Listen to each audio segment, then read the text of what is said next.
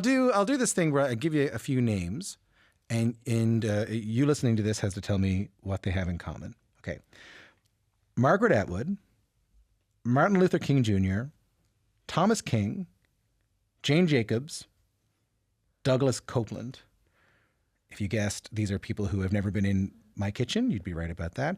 They are also just some of the folks who have been chosen as a Massey Lecturer. If you're not familiar with the Massey Lectures, they've been going on for decades now. These lecturers have been some of the greatest Canadian and international writers, thinkers, and scholars who give a series of 5 public lectures across Canada. This year's lecture, I'm so glad to say we get to announce on cue for the first time. This year's 2024 Massey Lecturer is none other than the best-selling author Ian Williams. Ian is an award-winning writer, poet, and professor. His debut novel, Reproduction, won the 2019 Scotiabank Giller Prize, Canada's richest literary award for fiction. Recently, Ian published his collection of essays called Disorientation, Being Black in the World in 2021. And it's not a surprise that Ian is the Massey Lecturer, because I have found, and as someone who's been an audience for him just one-on-one, when he's talking, it's kind of hard not to hang on to every word. I'm so happy to say he joins me now in studio to talk about his career and this big moment being this year's Massey Lecturer. Ian, welcome to the show. Thanks for having me. How you doing? I'm doing well. Congratulations are in order. Yeah, I mean, to be a part of that list, right, it's pretty impressive, right, when you read that list. Yeah. What went through your mind when I was reading out those names?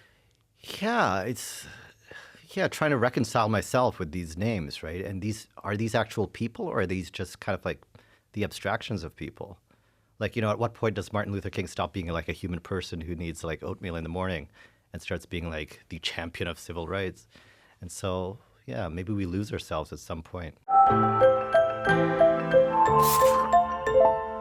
I think about that all the time. In some ways, it's the reason I do the show.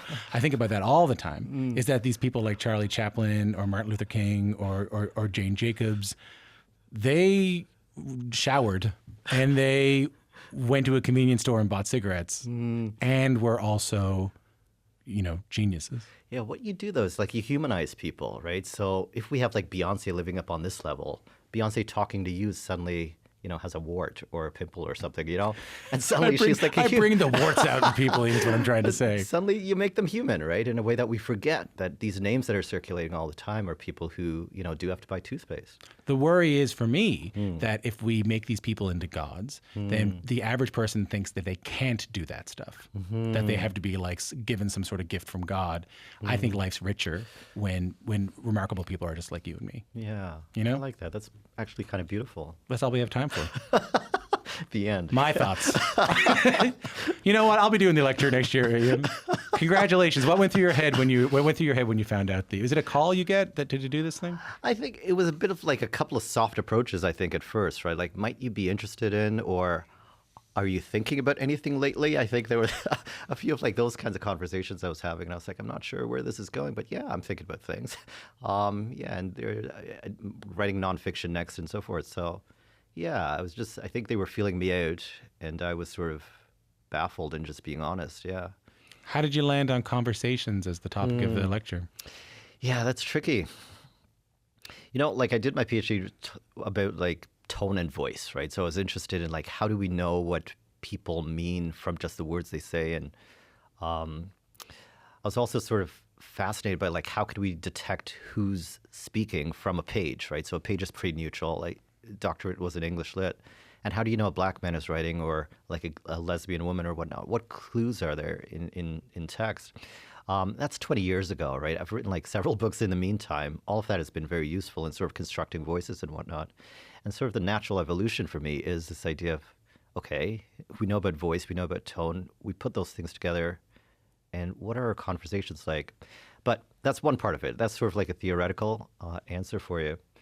But also we're living in a point now where we can barely talk to each other, right? Like, it seems incredibly urgent these days with sort of increasing polarization, sort of online forms of talking. And yeah, it seems like really timely that we kind of step back and say, why can't we talk to each other? How can we talk to each other? What do we need to talk about right now in 2024?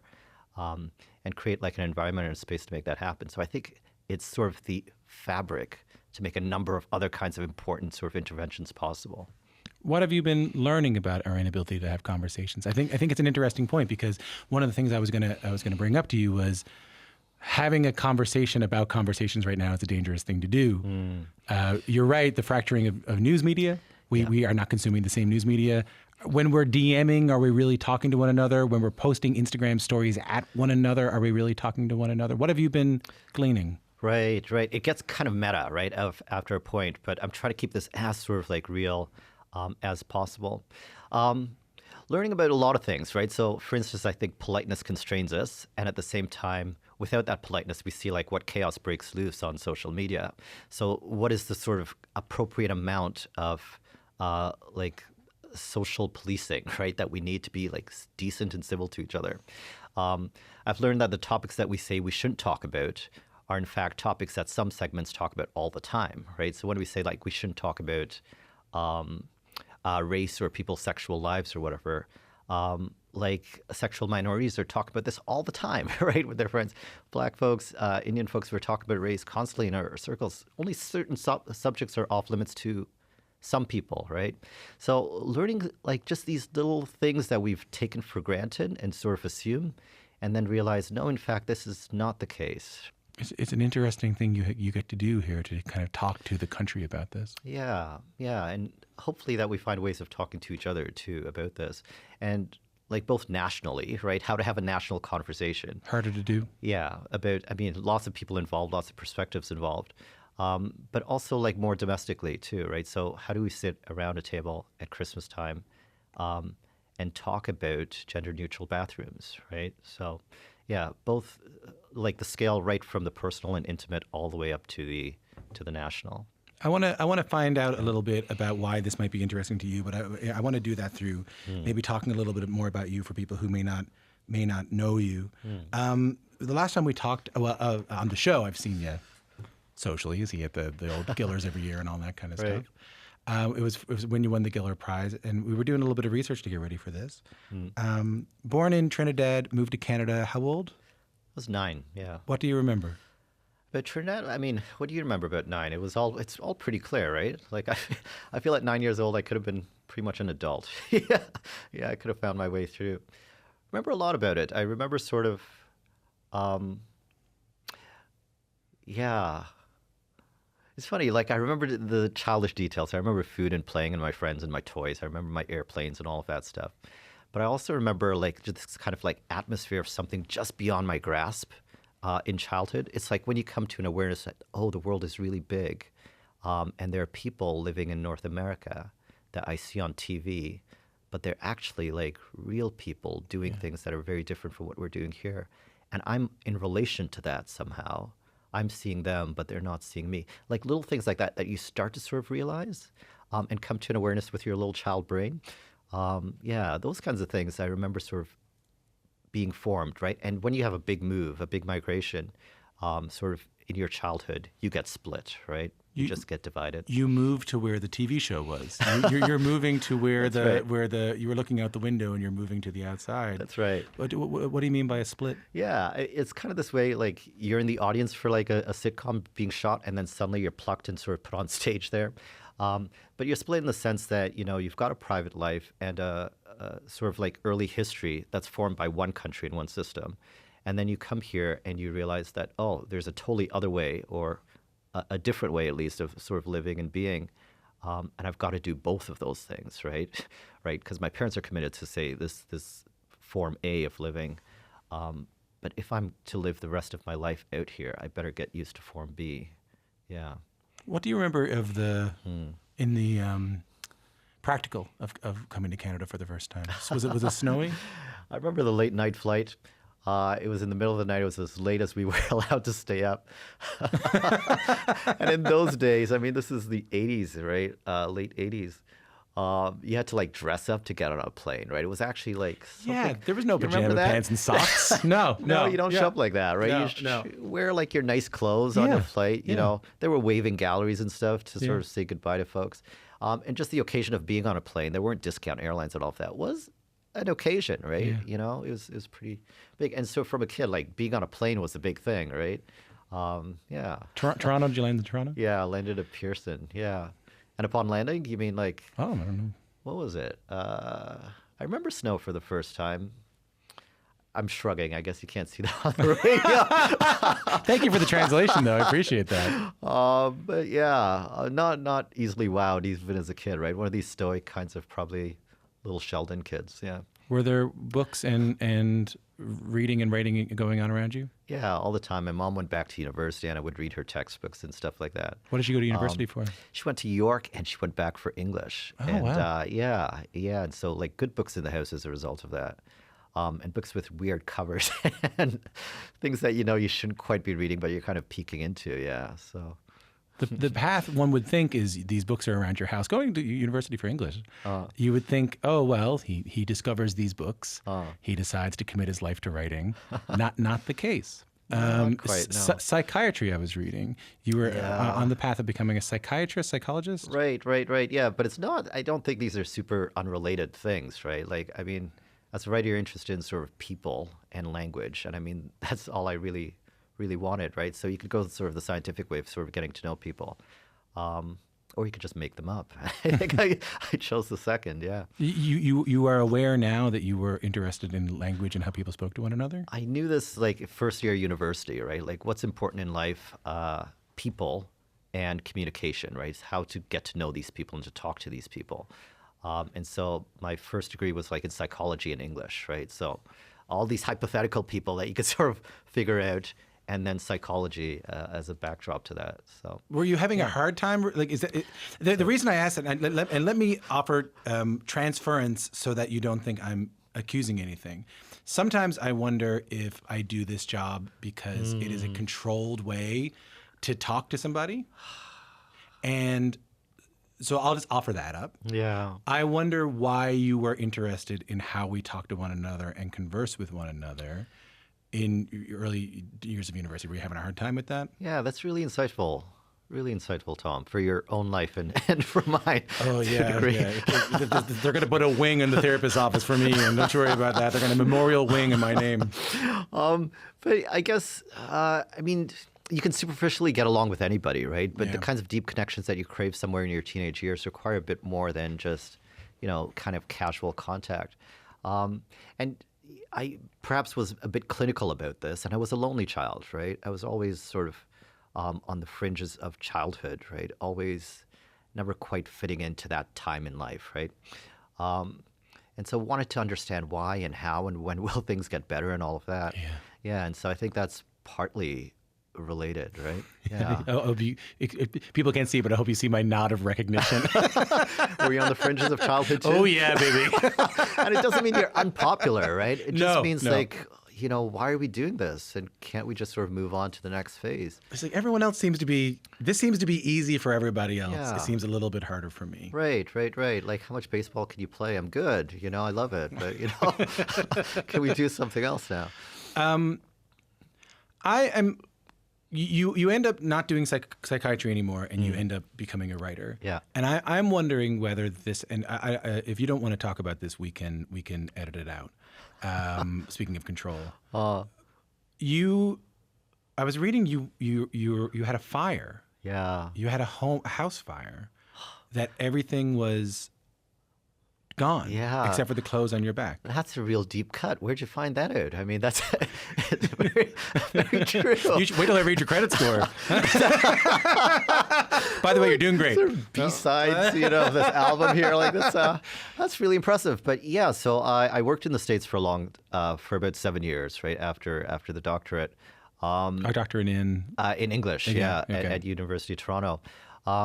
And yeah, part way through my time there, I was in my condo. There was a fire, an electrical fire that spread across the building and down, and just kind of destroyed everything, right? So I was home at the time. I managed to get out, but never quite got back in.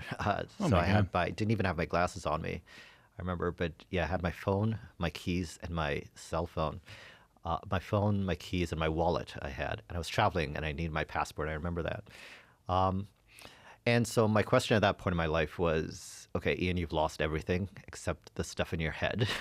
And so you need to rebuild everything again. And I had money in the bank, I had a job. But where do you want to rebuild, right? Do you want to stay in Massachusetts and sort of rebuild your life as a potential American, or do you want to go back to Canada?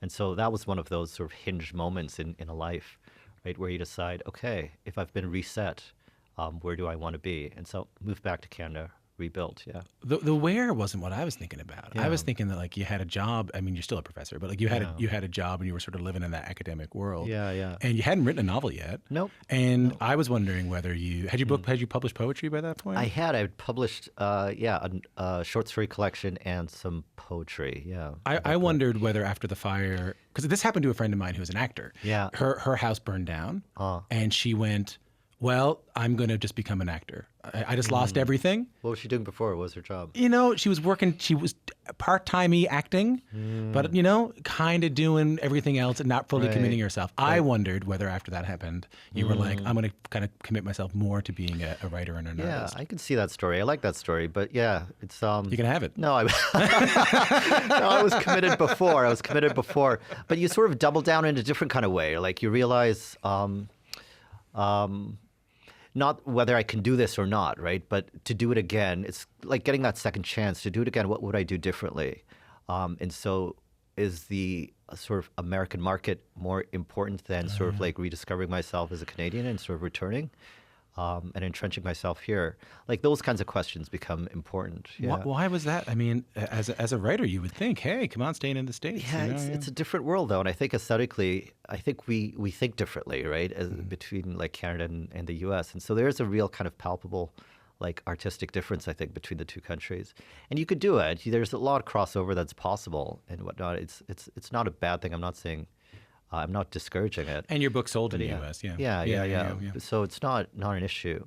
But where are you at home, I think, is the question, right? And so it's here in Canada. Mm-hmm. The first time we talked was for your first novel, Reproduction. For people who don't know, is a sort of beautiful, winding love story about family and class and relationships. And it also sort of, one of my favorite things about it was that it sort of plays with the form of the novel.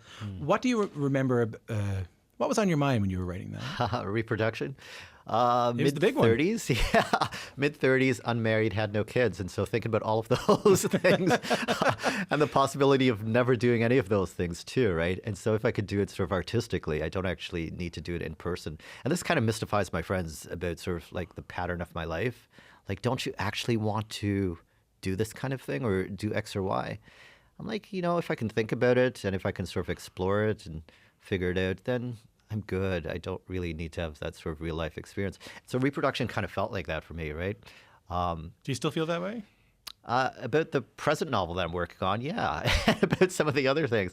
I feel like you can lay some things to bed without necessarily having the actual lived in the world experience, right? Right. Yeah. You can kind of settle some things. Settle some things. feel unsettled. Just work it out. I understand. Yeah. So you write this book about these things. Right. And Make peace. Yeah. Make peace with the whole issue of like, you know, what I should be doing at 37. Yeah. I mean, what's interesting is that book ends up giving you another path Yeah. through its success. I mean, I remember I was actually looking a little bit right after you won, and I sort of tried to ask this doe-eyed, you know, like I just won the Giller Prize person, like, hey, what does this mean to you? And you're kind of like, you're being very polite, but you're also kind of going like, I don't know. It just happened. It just happened like 6 hours ago. I don't know. I really enjoyed that interview, Tom. I remember it. Yeah. I enjoyed it as well. Yeah. How did winning the Giller change things for you? Your life, your career, whatever. Yeah, it's incredibly like liberating, right? Like to know that you've achieved something that you don't need to achieve again, or you don't need to prove X or Y. And I'm rolling my eyes at this comparison that I'm about to make, right? Come on.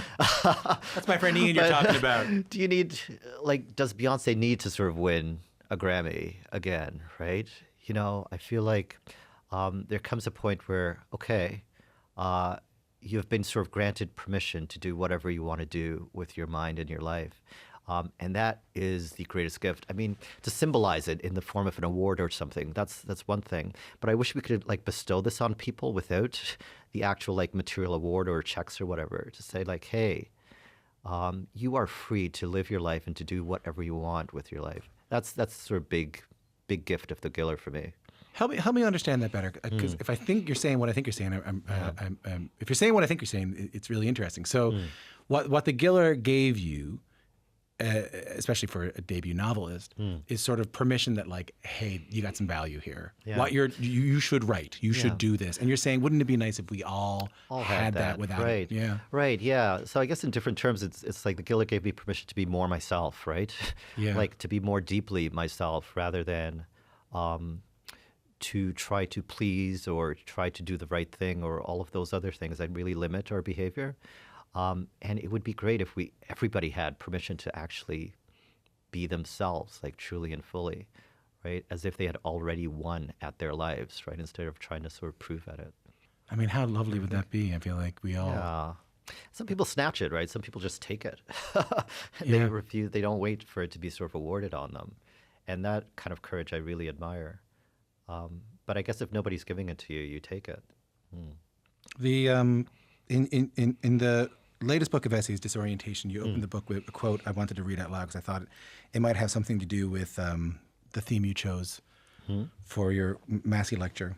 It's by Audre Lorde. Do you want me to read it? Yeah. All right. I have come to believe over and over again that what is the most important to me must be spoken, made verbal, and shared, even at the risk of having it bruised and misunderstood. Opening the book with that, it also feels like your lecture. Yeah. Oh, great isolation there. Good point. Hey, this is I've never felt my self-esteem has never been higher in an interview in my entire life. Whoever the producers are behind the scenes. And stuff, Right like, out there, really, Caitlin Swan out there, really by the way. good work. Yeah, you think I wrote that down? I'm an AI, Ian. I've been trying to tell you that from the very beginning. It's really excellent. Yeah, so Audre Lorde, what she's suggesting here is that even if people misunderstand you, even if you're going to get canceled, even if you are saying the wrong thing, it's worth taking the risk to say it. And for me, that's important. That book is about sort of race, right, in the world. And I hadn't really written directly about it, and it's a subject that most people sort of avoid. And I wanted to sort of get all of my thoughts in one place about race. And when people kept asking me, this was during, Black Lives Matter and George Floyd, and all this, people kept asking me for thoughts and comment and opinion on race. And they were all inside, right? Just not really organized. Your thoughts were inside. Yeah. Where else would they be, right? But not really organized. I thought you meant the people. I was like, we were all inside also because it was the pandemic. We couldn't go outside. Anyway, true, that's also true. Sure. But not systemically organized and all of that. And I decided to take the risk to write about race, right? Even if I was going to offend people, even if I was going to say the wrong thing. But my commitment was to be as honest to myself at that particular point, right? Who knows? Like my thinking on some of those points has actually evolved, right, in the last few years. But at that moment, that was true. And it was a risk, and I took it. So I think the reason I was interested in the quote is, and how it relates to the theme of conversations is, how do I put this now? How it might relate to courage as a necessity in to have an honest conversation with one another. Right. Now, listen, courage can mean we can even talk about courage in a pretty uncourageous way. Right. You know, you got to say what's on your mind. But you even said like you got to say things without worry of being canceled. I remember in the beginning of that book, you talked about how there was these Instagram stories that were saying like, "Hey, silence is complicity," and you were kind of like, "No, it's not. I don't want to. You shouldn't have the right to speak up." That's right. A relatively outside opinion. At that point, it seems to me maybe I'll ask the question. What are you landing on in terms of when you're doing this lecture about conversations about maybe some courageousness we need to have? Right. So I think typically we think about courage as the act to sort of say something, especially if that's something unpopular and to power, right? But I think, in fact, a number of the positions that we hold right now are not courageous positions. They're sort of popular liberal positions. And we have a whole army of supporters ready to sort of like at our back. There are positions that we can just step into without forming, right? We can just occupy them without sort of developing them. And I wish that more of us would actually come to a point where we develop our opinions instead of just kind of like receive and then sort of parrot them. So courage normally is for the thing that's sort of spoken, right? But I think there's something to like courageous listening and courageous silence. And I think we ought to realize that one half of our conversations is in fact listening. You do this all the time, right? You spend a lot of your time listening. And to sort of flip the script from the person in power or the most important person in a conversation is not the person speaking, but sometimes the person listening. And some groups have been listening for hundreds of years, right? And now they're speaking and people are getting antsy because they're not used to listening. So, I mean, there's a kind of paradigm shift that we need to sort of think about what the balance is in a conversation. Is it courageous to speak, or is it courageous to sort of hold your peace until someone else has said something contradictory to you and like not rush in to sort of like contradict them and to sort of prove your point, but to just kind of like listen graciously, to let it settle, to offer no comment or whatever, and just let it be. It's a hard thing to learn. Yeah. I found it hard. Yeah. But it's possible, yeah. And when you can get there, yeah, it's revolutionary. Yeah. It's revolutionary in a conversation because all the defenses, all the armor sort of comes down and we're just kind of like in this free-flowing exploratory space. Have you seen that movie, that trilogy of like Ethan Hawke walking around Paris with Julie Delpy? Before Sunrise. Before Sunrise, all of that stuff. I haven't seen it. My brother talks about it a lot, but I've never seen it. Yeah. Go see it. I mean, it's old. Every 10 years they redo it, right? But that kind of conversation we could have more of, right? Conversations without agenda, conversations without like the intent to persuade and to convert, just conversations for the sake of just relating one human being to another, yeah. Conversations where, and I don't know if you struggle with this the way I do, conversations where while the other person's talking, I'm not thinking about the thing I'm going to say. Yeah.